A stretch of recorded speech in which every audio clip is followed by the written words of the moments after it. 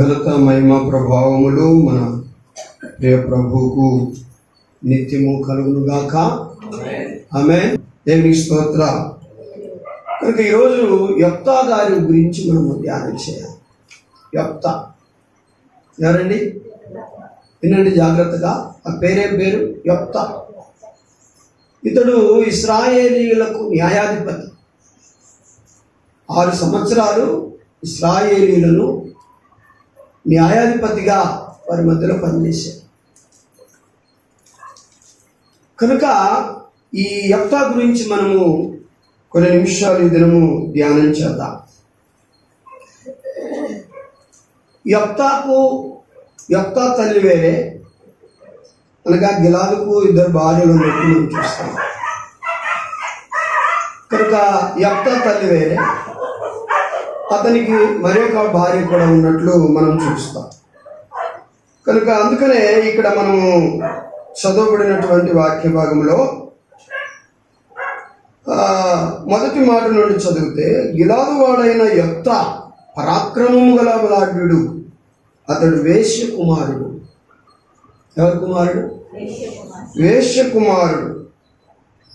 గిలాదు యెఫ్తాను కనెను. గిలాదు భార్య అతనికి కుమారులను కనగా వారు పెద్దవారై యెఫ్తాతో, నీవు పరస్త్రీకి పుట్టినవాడు గనుక మన తండ్రి ఇంట నీకు స్వాస్థ్యము లేదనేది. కాబట్టి యెఫ్తా తల్లి ఒక వేశ్య. మాట అనుకోవటం కష్టమే, కానీ అది బైబిల్ చెప్తుంది. వేశ్య, ఆమె ఒక వేశ్య.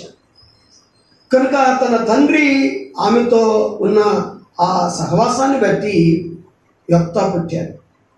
ఆమె ప్రభువుని ఎరుగని అన్య స్త్రీ, అంటే దేవుని ఎరుగనటువంటి స్త్రీ. దేవుడు అంటే ఆమెకు తెలియదు. కనుక ఈ సొంత తల్లికి పుట్టినటువంటి పిల్లలు పెద్దవాళ్ళైన తర్వాత కొన్ని వ్యవహారాలు ఉంటాయి కదా, ఆస్తిపాస్తుల వ్యవహారాలు. ఇవన్నీ పంచుకునే విషయానికి వచ్చేటప్పుడు, లేక పంచుకుంటారు, అడుగుతారు ఆస్తిని అని అనుకున్నప్పుడు సొంత భార్య పిల్లలు అంటున్నారు, నీవు వ్యభిచారికి పుట్టినటువంటి వాడవు, నీవు అన్యస్త్రీకి పుట్టినటువంటి వాడవు, కనుక మా తండ్రి అయిన గిలాదు ఆస్తిలో నీకు ఎటువంటి వాటా ఉండదు అని అతనితో సొంత భార్యకు పుట్టినటువంటి వారు చెప్పటం యెఫ్తా జీవితాన్ని చాలా నలిపివేసింది, కుదిపివేసింది. నేను ఈ మాటలు చదివినప్పుడు నేను ఈరోజు సిగ్గుపరచబడినటువంటి వారిని దేవుడు ఎలా వాడుకుంటాడు అనే అంశం మీద ధ్యానం చేయాలని ఆశపడ్డాను. మనుషులు సిగ్గుపరిచిన వారిని దేవుడు ఎలాగా వాడుకుంటాడు. ఈరోజు చాలా చోట్ల అనేకులను సిగ్గుపరుస్తున్నారు. ఒకరికి ఉద్యోగం ఉండి మరొకరికి ఉద్యోగం లేకపోతే సిగ్గుపరుస్తారు. ఒకరు మంచి బట్టలు వేసుకొని మరొకరు మంచి బట్టలు వేసుకోకపోతే సిగ్గుపరుస్తారు. ఒకరు శుభ్రంగా ఉండి మరొకొద్దిగా అశుభ్రంగా ఉంటే సిగ్గుపరుస్తారు. కనుక మంచి ఇల్లు ఉన్నవాళ్ళు, మంచి ఇల్లు లేని వాళ్ళు సిగ్గుపరుస్తారు. ధనవంతులు పేదలను సిగ్గుపరుస్తారు. ఎక్కడ చూసినా అవమానాలు ఎదుర్కొంటున్న వారిని మనం ఎంతోమందిని చూస్తాం. సిగ్గుపరచబడిన వారిని ఎంతోమందిని చూస్తాం. కొద్దిగా తెల్లగా ఉన్నవారు, నల్లగా ఉన్న వారిని సిగ్గుపరుస్తారు. కాబట్టి ఇలాగా సిగ్గుపరిచి వారి ప్రక్కలో నేను కూర్చోకూడదు, వీరి ప్రక్కలో నేను కూర్చోకూడదు, నేను ఉండవలసిన స్థానం వేరే, కాబట్టి నేను ఇక్కడికి కేవలం వస్తున్నానంటే దేవుని కొరకే వస్తున్నాను, కానీ లేకపోతే వీళ్ళతో నాకేంటి సహవాసం అని పైకి మాటలతో అనకపోయినా మనసులోనన్నా మరొకరిని మనం ఏం చేస్తుంటాం, అప్పుడప్పుడు సిగ్గుపరుస్తాం, అవమానపరుస్తాం. కానీ ఇది దేవునికి ఇష్టం లేదు. ఇది దేవునికి ఇష్టం లేదు. యేసయ్య యొక్క 33.5 సంవత్సరాల ఆ జీవితంలో యేసయ్య ఎక్కువగా స్నేహం చేసిన వారు పేదలే. ఎవరితో స్నేహం చేసేవారు తెలుసా? యేసయ్య ఎక్కువ పేదలతోనే. ఆ గుడ్డి అతనితో, ఈ కుష్ఠరోగితో, ఆ చేపలు పట్టే వాళ్ళతో, ఈ పాపి అనుకున్న సుంకరితో. కాబట్టి ఇటువంటి వారితో ఆయన ఏం చేశాడు? ఆయన వెనకాల కోకొల్లలుగా వస్తున్నారు. రండి ప్రభువా, లగ్జరీగా ఉంది మా ఇల్లు, రండి, మేము ధనవంతులం ప్రభువా, మిమ్మల్ని ఎలాగంటే అలా తిప్పుతాము, ఎలాగంటే అలాగా మిమ్మల్ని ఊరేగిస్తాము, మా ఇంటికి రండి, మా దగ్గరికి రండి అని ఎంతమంది పిలిచినా ఆయన వల్లే పేదలతోనే ఆయన జీవనం చేశారు. ఆ యొక్క సముద్ర తీరమున కాల్చిన రొట్టెలు, ఆ చేపలను ఆయన తిన్నాడు. చిచిచి అని ఆయన అనలే. అంత గొప్పవాడై ఉండి ఆకాశము కింద భూమి మీద ఆయన కంటే గొప్పవారు ఎవరున్నారు? అటువంటి వాడైనా కూడా ఆయన అంతగా ఏం చేశాడు? తగ్గించుకున్నాడు, దీనుడుగా తగ్గించుకున్నాడు. అలాగా ఆయన తగ్గించుకున్నప్పుడు అటువంటి వారితో, గుడ్డివారితో, పాపులతో, అలాంటి కుష్ఠరోగులతో, సొసైటీలో తీసివేయబడినటువంటి వారితో ఆయన స్నేహం చేసినప్పుడు మరి మనం ఆయన కంటే ఎక్కువ ఆ భావన కూడా మనలో రాదు. నేను ఈ యొక్క యెఫ్తా గురించి మాటలు చదువుతున్నప్పుడు అతనికి ఇంట్లోనే అవమానం. ఎక్కడ? తన సొంత ఇంట్లోనే అవమానం. సొంత ఇంట్లోనే అవమానం అయినప్పుడు ఇంకా బయట అక్కడ మర్యాద ఉంటుంది, మర్యాద బయట మర్యాద. అందుకనే పెద్దవాళ్ళైన తర్వాత ఫస్ట్ భార్య పిల్లలు, ఈ యెఫ్తా పెద్దవాడైన తర్వాత మొదటి వారి పిల్లలు అంటున్నారు, అబ్బాయి తండ్రి ఆస్తిలో నీకు ఎటువంటి వాటా ఉండదు, ఎందుకంటే నువ్వు అన్య స్త్రీకి పుట్టినవాడు, నువ్వు వ్యభిచారికే పుట్టినవాడు, కాబట్టి నీకు ఇంట చూడలేదు అనగానే యెఫ్తా చాలా వెలిగిపోయాడు. ఎంత అవమానం అండి, ఎంత బాధ. చాలామంది అవమానాలను తట్టుకోలేక చనిపోతారు.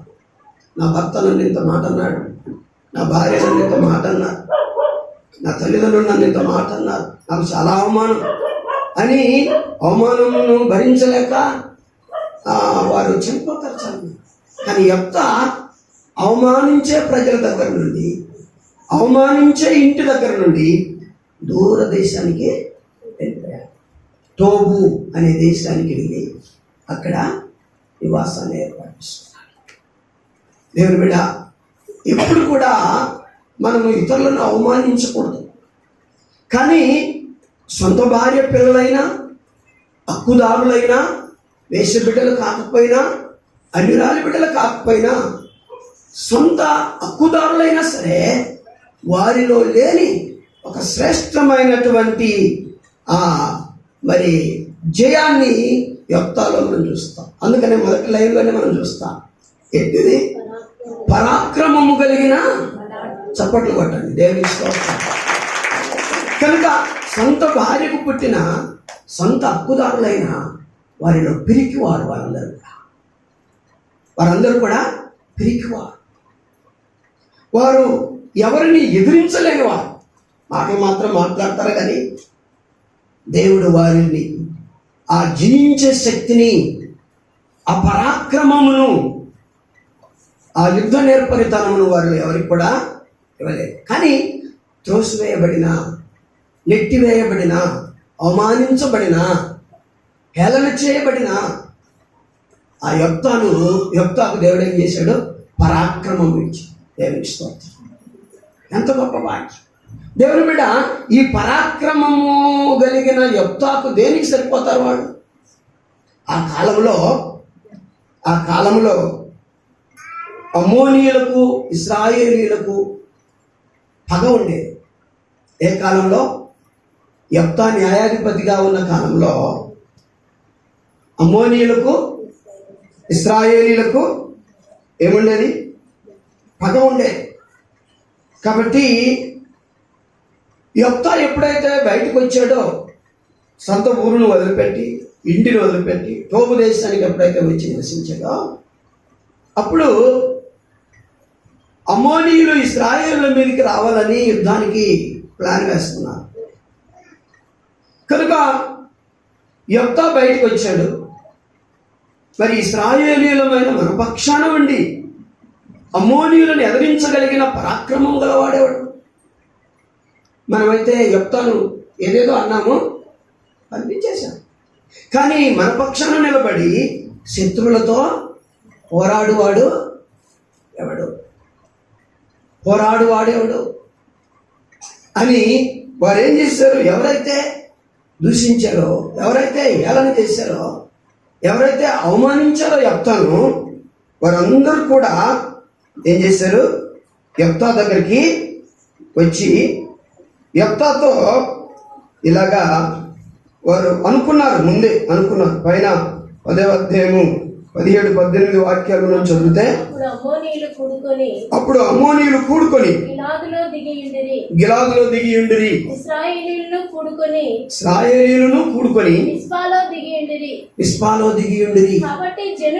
కాబట్టి జనులు అనగా గిలాదు పెద్దలు అమ్మోనీయులతో యుద్ధము చేయ పూనుకొని వాడు ఎవడో వాడు గిలాదు నివాసులందరికీ ప్రధానుడగునని ఒకనితో ఒకడు చెప్పుకొని. కనుక వాళ్ళు అనుకున్నారు, గిలాదు పెద్దలందరూ కూడా, యెఫ్తా ఏ ఊరి నుండి అయితే బయటకు వచ్చాడో, ఏ ఇంటి నుండి బయటకు వచ్చారో, ఆ యొక్క గిలాదు పెద్దలందరూ కూడా, ఇంటి వారందరూ కూడా కూడుకొని మాట్లాడారు. అమ్మోనీయులేమో యుద్ధానికి వచ్చి నిలబడ్డారు. కానీ మన పక్షాన వెళ్ళి యుద్ధం చేసేవాడు ఎవడు కూడా లేడు. కనుక మనం ఏం చేద్దాం? ఎవరైతే మన పక్షాన ఉండి పోరాడి గెలుస్తాడో అతడు మనకు పెద్దగా ఉంటాడు, అతడు మనకు దిక్కుగా ఉంటాడు, ఎల్లప్పుడూ కూడా మంచి చెడ్డలు అన్ని కూడా అతడే చూస్తాడు అని ఒక ప్రాధాన్యత అతనికి ఇద్దాం. ఒక హక్కు, ఒక అధికారము మన పక్షాన నిలబడి పోరాడేవానికి ఇద్దాము అని వాళ్ళందరూ కూడా మాట్లాడుకున్నాం. సరే, మాట్లాడుకున్నాం. ఎవరు మన ముందు నిలబడగలిగేవారు? నువ్వు నిలబడతావా? ఎవరు కూడా నిలబడేవాళ్ళు లేదు, అందరు పెరిగివా. మరి శత్రువుకు ముందుకు వెళ్ళి పోరాడి గెలిచేవాడు ఎవరున్నారు? దేవుని పక్షాన నిలబడి పోరాడి గెలిచేవాడు ఎవరున్నారు? ఎవరు లేరు. కనుక వాళ్ళందరూ కూడా యెఫ్తాను గుర్తు చేసుకున్నారు. యెఫ్తా పరాక్రమం గల బలాఢ్యుడు. ఇప్పుడు చూసారా, ఎవరినైతే వారు వెలివేశారో, ఎవరినైతే వారు అవమానించారో, ఎవరినైతే వారిని దూరం చేసుకున్నాడో, నువ్వు అన్ని స్త్రీకి పుట్టినవాడురా, నువ్వు వ్యభిచారి బిడ్డవురా, ఇంట్లో నీకు స్థానం లేదురా, తండ్రి వాటాలో నీకు వాటా లేదురా అని వెలివేసి అవమానించి తిట్టినటువంటి వారి దగ్గరికే తిరిగి దేవుడు వారిని పంపిస్తున్నాడు. దేవునికి స్తోత్రం, హల్లెలూయా. కనుక వెలివేయబడిన వారిని, సిగ్గుపరచబడినటువంటి వారిని, సొసైటీలో అవమానపరచబడినటువంటి వారిని దేవుడు ఎలాగా ఉన్నతంగా ఎత్తుతున్నాడో చూడు. కాబట్టి దేవుని పిల్లలమైన మనము ఎప్పుడు కూడా ఎవరిని కూడా ఏ విషయంలో కూడా మనం ఎవరిని కూడా సిగ్గుపరచకూడదు. చదువు లేకపోయినా, అందం లేకపోయినా, మంచి బట్టలు లేకపోయినా, మరి ఇంకోటి ఏది లేకపోయినా సరే ఎవరిని మనము తోలనాడి మాట్లాడకూడదు, సిగ్గుపరిచి మాట్లాడకూడదు. అందరినీ కూడా క్రీస్తుని బట్టి మనం ఏం చేయాలి? ప్రేమించాలి. క్రీస్తుని బట్టి మనం ఏం చేయాలి? గౌరవించాలి. కాబట్టి అలాగ గౌరవించని పక్షాన నువ్వు ఎవరినైతే చిన్న చూపు చూస్తున్నావో, ఎవరినైతే అవమానిస్తున్నావో, ఎవరినైతే ఏలనగా చూస్తున్నావో, ఎవరినైతే నీవు లెక్క చేయకుండా చూస్తున్నావో, అతని పక్షాన దేవుడుండి అతన్ని నీకంటే అధికునిగా చేస్తాడు. దేవునికి స్తోత్రం. అతనికి నీకంటే ఉన్నతమైన తలాంతులు ఇస్తాడు. అతన్ని నీకంటే ఎక్కువగా ఆశీర్వదిస్తాడు దేవుడు. ఒకప్పుడు నీవు సిగ్గుపరిచిన వారి ముందు నీవు సిగ్గుపరచబడతావు. నీ ఎదుట ఎవరినైతే తలదించుకునేలాగా మాట్లాడావో వాడు నీ ఎదుట వాని ఎదుట నువ్వు తలదించుకోవాల్సి వస్తుంది. అందుకని దేవుని పిల్లలమైనటువంటి మనకు దేవుడు ఈరోజు నేర్పించేది ఏంటంటే, ఎవరిని ఏ విషయంలో కూడా తులనాడదు, ప్రేమించు, గౌరవించు. క్రీస్తు అందరినీ ప్రేమించాడు కనుక మనం కూడా అందరినీ ప్రేమించాలి, ఎవరిని కూడా సిగ్గుపరచదు. కనుక ఎవరైతే సిగ్గుపరిచారో ఈ గిలాదు పెద్దలు కానీ, ఇంటివారు కానీ, వారందరూ కూడా తిరిగి ఎవరి దగ్గరకు వచ్చారు? తోబు దేశంలో నివసిస్తున్న యెఫ్తా దగ్గరికి వచ్చారు. 10వ వాక్యం చదువుదాం. 11 గట్టి చదువు. గిలాదు పెద్దలు నిశ్చయముగా మేము నీ మాట చొప్పున చేయుదుము. యెహోవా మన ఉభయుల మధ్యను అని యెఫ్తాతో అనిరి. కాబట్టి యెఫ్తా గిలాదు పెద్దలతో కూడా పోయినప్పుడు జనులు తమకు ప్రధానునిగాను అధిపతిగాను అతనిని నియమించుకొనిరి. ఎలివేయబడినటువంటి వారిని, చిన్న చూపు చూడబడినటువంటి వారిని, నెట్టివేయబడినటువంటి వారిని నీవే కావాలి నాయనా, మా ముందు నిలబడడానికి ఎవరు కూడా లేడు, మాతో పోరాడడానికి ఎవరు కూడా లేడు. కాబట్టి నీవే రావాలని పెద్దలందరూ కూడా ముఠా కట్టుకొని ఎక్కడికి వచ్చారు? యెఫ్తా దగ్గరికి వచ్చి అతనిని తీసుకుని వెళ్ళారు. చూసారా దేవుడు ఎటువంటి గొప్ప దేవుడు. ఈరోజు దేవుడు బిడ్డ ఇంట్లో కానీ బయట కానీ మరి ఎక్కడైనా నువ్వు అవమానాలు అనుభవిస్తున్నావా? భర్త నిన్ను అవమానిస్తున్నాడా? భార్య నిన్ను అవమానిస్తుందా? పిల్లలు నిన్ను అవమానిస్తున్నారా? ఒక ఏజ్ దాటేసరికి పిల్లలు ముసలి వాళ్ళని ఏం చేస్తారు? అవమానిస్తూ ఉంటారు. అవమానిస్తున్నారా? ఎక్కడ, ఎలాగా, ఎప్పుడు నీవు అవమానం పొందుతున్నావు? నీకు మర్యాద లేదు, నా ఇంట్లోనే నాకు విలువ లేదు, గౌరవం లేదు అని దిగులు పడుతున్నావా? భయపడకు. దేవుడు నిన్ను సమయానికి ఆయన హెచ్చించే దేవుడు అయి ఉన్నాడు. Wait and see. నువ్వు వేచి ఉండి చూడు అంతే. దేవుడు నిన్ను సకాలానికి హెచ్చించే దేవుడు అయి ఉన్నాడు. దేవుడి మీద ఆధారపడు. చాలామంది ఇటువంటి సిగ్గు అవమానం కలగగానే నేను ఏదైనా చేసుకోవాలి లేకపోతే పారిపోవాలి అని అనుకుంటారు. కానీ నీవు ఉన్న చోటనే ఉండి దేవునికి నువ్వు మొరపెట్టినప్పుడు ఇదిగో ఎవరైతే నిన్ను హేళన చేశారో, ఎవరైతే నిన్ను సిగ్గుపరిచారో, ఎవరైతే నిన్ను అవమానపరిచారో వారి ఎదుట దేవుడు నిన్ను తలెత్తుకునేలాగా చేస్తారు. వారి ఎదుట వారికి అవసరమయ్యే వ్యక్తిగా చేస్తారు. వారి పక్షాన నిలబడే వ్యక్తిగా నేను చేస్తాను. చూసారా, వెలివేయబడి నా చెప్తా అన్నిలాగా పుట్టినవాడు అయ్యా, నువ్వు మాకు అవసరం లేదు. వ్యభిచారికి పుట్టినవాడు మాకు అవసరం లేదు. మా ఇంట్లో నీకు చోటు లేదు. మా తండ్రి ఆస్తులో నీకు వాటా లేదు అని అతన్ని అవమానించి పంపించారే. ఇప్పుడు అతనే దిక్కయ్యాడు. వారికి అతనే దిక్కయ్యాడు. కనుక అతని దగ్గరికి వెళ్ళి స్వాగతం చేస్తున్నారు. రండి, మిమ్మల్ని గిలాదులో పెద్దలుగా మేము గొప్పవారిగా చేస్తాం. కాబట్టి నీవు వచ్చి మాకు పెద్దగా ఉండు, మాకు దిక్కుగా ఉండు, మా పక్షాన పోరాడు, నీవు మాకు అధికారిగా ఉంటావు అని వాళ్ళందరూ కూడా వెళ్ళి బ్రతిమిలాడి తెచ్చుకున్నారు. చూసావా, ఏదైనా చేయబడినటువంటి వాడిని బ్రతిమిలాడి తీసుకుని వచ్చినట్లు దేవుడు చేశాడు. వెలివేయబడినటువంటి వాడిని బ్రతిమిలాడి తీసుకుని రాగలిగినట్లు దేవుడు చేశాడు. కాబట్టి దేవుని బిడ్డ ఈరోజు సిగ్గుపరచబడుతున్నటువంటి నీవు కాస్త ఓర్చుకొని ప్రభువులో స్థిరంగా ఉంటే దేవుడు ఎవరైతే సిగ్గుపరిచారో వారి ఎదుట నిన్ను ఒక గనునిగా నిలబెడతాడు, ఒక గనురాలుగా నిన్ను నిలబెడతాడు. కానీ నీలో ఆ తగ్గింపు లేనప్పుడు, నీలో ఆ అనుకూల లేనప్పుడు, నీలో ఆ లోబడే స్వభావం లేనప్పుడు దేవుడు నిన్ను హెచ్చించలేడు. దేవుడు మరి నిన్ను కిందికి నెట్టి వేస్తాడు. కాబట్టి గిలాదు పెద్దలు యెఫ్తా దగ్గరికి వచ్చి యెఫ్తాకు చెప్పారయ్యా, నీవు మా పక్షాన పోరాడు, కనుక మన ఉభయులకు దేవుడే సాక్షి, కనుక నీవు మాకు పెద్దగా ఉంటావని వారు చెప్పినప్పుడు యెఫ్తా మరి యుద్ధానికి సిద్ధమైనట్లు మనము చూస్తాం. కాబట్టి 32వ వాక్యాన్ని మనం చదువుదాం. 32వ వాక్యం. అప్పుడు యెఫ్తా అమ్మోనీయులతో యుద్ధం చేయుటకు వారి యొద్దకు సాగిపోయినప్పుడు యెహోవా అతని చేతికి వారిని అప్పగించెను గనుక అతడు వారిని అనగా ఆరో ఏరు మొదలుకొని మిన్నీతుకు వచ్చిన వరకు అబేల్కా రామీము వరకును 20 పట్టణముల వారిని నిశ్శేషముగా హతము చేసెను. కాబట్టి జయించాడు. దేవునికి స్తోత్రం. హల్లెలూయా. అవమానించబడిన వాడు ఏమైపోయాడు?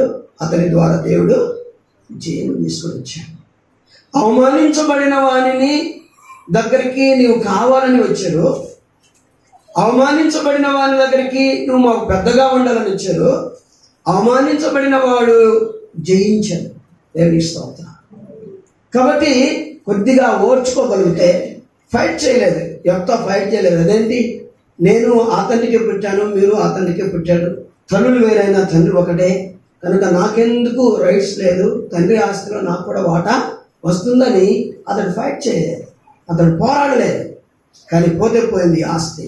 అవమానం కలిగితే కలిగింది నాకు, కానీ నీకు దేవుడు కావాలి, నేను దేవుని కొరకు బ్రతకాలి అని దూరంగా, అల్లరి జనానికి దూరంగా, సిగ్గుపరిచే వారికి దూరంగా, అవమానించే వారికి దూరంగా అతడు తోపు దేశానికి వచ్చి జీవిస్తున్నప్పుడు దేవుడు అతని ద్వారా గొప్ప కార్యాలను చేయించాడు. కనుక ఎవరిని కూడా మనం చిన్న చూపు చూడకూడదు. ఎవరిని కూడా మనం తక్కువగా మరి చూసి అవమానించకూడదు. కనుక దేవుడు ఎలాగా వారిని వాడుకుంటాడు, దేవుడు ఎలాగా వారిని పైకెత్తుతాడు. కనుక ఇప్పుడు ఎవరు ఎదుట ఎవరు సిగ్గుపడ్డారు? యెఫ్తా ఎదుట వాళ్ళు సిగ్గుపడ్డారు. అరే, ఇంతగా అవమానించాం, ఇంతగా దూషించాం, ఇంతగా వెలివేసాం, అయినను ఇతని వలననే కదా మనకు చేయవచ్చింది. ఈరోజు ఈ యెఫ్తానే లేకపోతే అమ్మోనీయులు ఈ దేశాన్ని నాశనం చేద్దరు కదా. ఈ యొక్క గిలాదు దేశాన్ని అంతా కూడా పాడు చేసేవారు కదా, నాశనం చేసేవారు కదా. ఈరోజు అవమానించబడిన వాడే మనకు దిక్కు అయ్యాడు, అతనే మనకు పెద్ద అయ్యాడు. అతని ద్వారానే దేవుడు మనకు జయమునిచ్చాడు. కాబట్టి ఈ రోజున దేవుని పిల్లలమైనటువంటి మనము ఎవరిని కూడా తక్కువగా అంచనా వేయకుండా ప్రతి ఒక్కరిని కూడా దేవునిలో మనం వారిని ప్రేమించాలి. ఇంట్లో ప్రేమలు మనకున్నాయా? అత్తగారిని ప్రేమించటం, కోడల్ని ప్రేమించటం, భర్తను ప్రేమించటం, ఒక సహోదరుని ప్రేమించటం, ఒక సిస్టర్ని ప్రేమించటం. కాబట్టి ఇంట్లో మనకి ఈ ప్రేమలు ఉన్నాయా? ఈ ప్రేమ దేవుణ్ణి బట్టి మనం ప్రేమించాలి, దేవుణ్ణి బట్టి మనము ప్రేమించాలి. దేవుని ప్రేమను వారికి మనం వ్యక్తపరచాలి. కనుక ఏదో తెస్తే ప్రేమించటం కాదు, ఏదో ఇస్తే ప్రేమించటం కాదు. కాబట్టి ఏమిచ్చినా ఏమి ఇవ్వలేకపోయినా పరిస్థితులను కొన్నిసార్లు మనం అర్థం చేసుకొని ఇంట్లో ఒకరిని ఒకరు మనం అవమానించుకోకుండా, ఒకరిని ఒకరు చిన్న చూపు చూసుకోకుండా, ఒకరిని ఒకరితో ఏలన మాటలు మాట్లాడుకోకుండా మనం ఒకరినొకరు ఏం చేయాలి? గౌరవించుకోవాలి, మర్యాద ఇవ్వాలి. కాబట్టి అలా మర్యాద ఇచ్చినప్పుడు మనం దేవుని పిల్లలుగా నడుచుకున్న వారు అవుతాం. ఒకవేళ మనం ఎవరినైనా హేళన చేస్తే, నీ భార్యను కానీ 10 మందిలో నీ భార్యని హేళన చేస్తే, నీ భర్తని హేళన చేస్తే, నీ పిల్లల్ని హేళన చేస్తే, నీ తల్లిదండ్రులను హేళన చేస్తే అది నీకు ఆశీర్వాదం కాదు. దేవుని బిడ్డ, అది దేవుడు ఇష్టపడాడు. అందుకొరకే యెఫ్తా అవమానించబడ్డాడు, యెఫ్తాగా హేళన చేయబడ్డాడు, యెఫ్తా తన దేశం నుండి పంపివేయబడ్డాడు, యెఫ్తా అందరిలో కూడా మరి గేలిగా చూడబడ్డాడు. కానీ అతనినే దేవుడు వాడుకున్నాడు, అతనినే దేవుడు వాడుకున్నాడు. కనుక అతడేమైనా ముందు చెప్పాను నేను, అతన్ని కోరుకున్నారు వారు. వెలివేసిన వాడిని నీవే కావాలి మాకు, నువ్వు వస్తేనే కానీ కుదరదు. ఇక ఇశ్రాయేలీలలో గిలాదు దేశంలో నిలబడి పోరాడేవాడు ఎవరు కూడా లేడు, కాబట్టి నువ్వు రావాలి అని మరి వెలివేసిన వాళ్ళ దగ్గరికి వాళ్ళే వచ్చారు. ఇప్పుడు ఎవరు తగ్గారు? వాళ్ళే తగ్గారు. రెండవది, వెలివేయబడిన వాళ్ళ దగ్గరికి వచ్చి నీవు మాకు పెద్దగా ఉండాలి, నువ్వు మాకు అన్ని విషయాల్లో కూడా ముందుగా ఉండి నడిపించాలి, మేమందరం నీకు లోబడతాం, మేము భయపడతాం, మీకు లొంగుతాం అని వారందరూ కూడా చెప్పినట్లు దేవుని బిడ్డ మనం చూస్తున్నాం. మూడవది, దేవుడు ఎవరైతే కోరుకున్నారో మనసులో పెట్టుకోలేదు. వారు అన్న మాటలు యొక్క మనసులో పెట్టుకోలేదు, వారు చేసిన కార్యాలు మనసులో పెట్టుకోలేదు. కనుక వాటన్నిటిని కూడా తన హృదయంలో నుండి తీసివేశాడు. కనుక వారందరినీ తీస్తే వారందరినీ కూడా క్షమించేశాడు. క్షమించి దేవుని నామమును బట్టి వారిని మన్నించి యెఫ్తా దేవుడిచ్చిన పనిని చేయడానికి వెళ్ళాడు. మెల్లగా దేవుడు గొప్ప విజయాన్ని యెఫ్తాకు ఇచ్చాడు. గిలాదు దేశమును ఇంకా 20 పట్టణములను అతడు వశం చేసుకున్నాడు. ఎందుకు అమ్మోనీయులు ఇశ్రాయేలు మీదకి యుద్ధానికి వస్తున్నారంటే, వారు ఐగుప్తుల దేశంలో నుండి వచ్చేటప్పుడు మా ఆస్తిని, మా పట్టణాలను వీరు స్వాధీనం చేసుకున్నారు ఇశ్రాయేలీయులు అంటారు అమ్మోనీయులు. వారు ఐగుప్తు నుండి వచ్చేటప్పుడు వారికి ఆ కానాను దేశము రావడానికి దారి లేదు. మోయాబు దేశం మీద నుంచైనా రావాలి, అమ్మోనీయుల దేశం మీద నుంచైనా రావాలి. కనుక మోయాబీయులను అడిగినప్పుడు వాళ్ళు ఇవ్వమన్నారు, పోనివ్వమన్నారు. అమ్మోనీయుల దేశం మీద నుంచి కూడా మేము మా దేవుడు మాకు ఇచ్చిన దేశానికి వెళ్తామంటే వాళ్ళు కూడా పనివ్వలేదు. అందుకని వారు యుద్ధం చేయవలసి వచ్చింది. ఆ యొక్క దేశాన్ని వారు తీసుకున్నారు. అది నిజంగా వాస్తవంగా వారిది కూడా కాదు. కానీ ఇశ్రాయేలీయులు ఐగుప్తులో ఉన్నప్పుడు దాన్ని అంతా ఆక్రమించుకున్నారు వాళ్ళు. కనుక ఇప్పుడు వారేమంటున్నారంటే, దాన్ని మనసులో పెట్టుకుని ఇది వరకు మాది అది భూభాగము, దాన్ని ఇశ్రాయేలీయులు ఐగుప్తు నుండి కనాను దేశానికి వెళ్ళేటప్పుడు దాన్ని స్వాధీనం చేసుకున్నారు. కాబట్టి అది ఇంకా మీ ఆధ్వర్యంలో ఉంది. అందుని బట్టి ఈరోజు మేము మీ మీదకి యుద్ధానికి వస్తున్నాం, మా ఆస్తి మాకు ఇవ్వాలి అని వారు వస్తుంటే యెఫ్తా అన్ని వివరాలు మాట్లాడినా వారు వెళ్ళారు. వినకపోగా యుద్ధానికి సిద్ధమయ్యారు. ఆ భూభాగం వారికి దక్కటమే కాకుండా ఇశ్రాయేలీయులకు మరి 20 పట్టణాలు ఎక్కువగా యెఫ్తా దాన్ని జయించాడు. దేవునికి స్తోత్రం. కనుక యొప్తా జయశీలుడయ్యాడు, జయశాలి అయ్యాడు. ఎంత గొప్ప భాగ్యం. ఎవరు అతని యొప్తా? వెలివేయబడినవాడు, దూషించబడినవాడు, పనికిరావురాలు అన్నవాడు. నువ్వు అన్ని స్త్రీకి పుట్టావురా, నువ్వు వ్యభిచారికి పుట్టావురా అని ముఖం మీద అంటా ఉంటే ఎంతగానో కన్నీరు గార్చినటువంటి వ్యక్తి. అటువంటి వ్యక్తిని దేవుని మీద ఆధారపడితే దేవుడు ఎంత గొప్పగా ఆశీర్వదించాడు. ఎవరిని దేవుని పెట్టారా మనము అవమానించాం, ఎవరిని కూడా మనము చిన్న చూపు చూడకూడదు. కాబట్టి మనం ఎవరినైనా అవమానించినప్పుడు, ఎవరినైనా చిన్న చూపు చూసినప్పుడు దేవుడు ఊరుకోడు.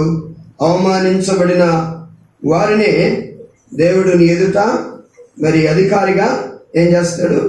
మారుస్తాడు. ఉన్నతునిగా అతను ఏం చేస్తాడు? హెచ్చిస్తాడు దేవుని బిడ్డ. కాబట్టి అందుకనే దేవుడు ఈరోజు మనకు నేర్పిస్తున్నాడు, మీరు ఎవరిని కూడా ఏ విధము చేతనైనా కూడా ఏం చేయకూడదు, ఎవరిని అవమానించకూడదు అంటారు. కాబట్టి అవమానించినప్పుడు మనము చాలా మరి బాధపడవలసి వస్తుంది. యొప్తా కూడా అవమానించబడినటువంటి వాడు, నెట్టివేయబడిన వాడు, కనుక ఎన్నిక చేయబడని వాడు. అలాంటి వారికి నీవే కావాలని వాళ్ళు వచ్చారు, నీవే మాకు పెద్దగా ఉండమని వాళ్ళు వచ్చారు. అతని ద్వారానే దేవుడు వాళ్ళకు జయమిచ్చాడు. అంత గొప్ప విషయం. కాబట్టి ఎవరిని మనము తూలనాడామో, ఎవరిని మనం అవమానించామో వారినే దేవుడు ఏం చేశాడు? ఆశీర్వదించాడు.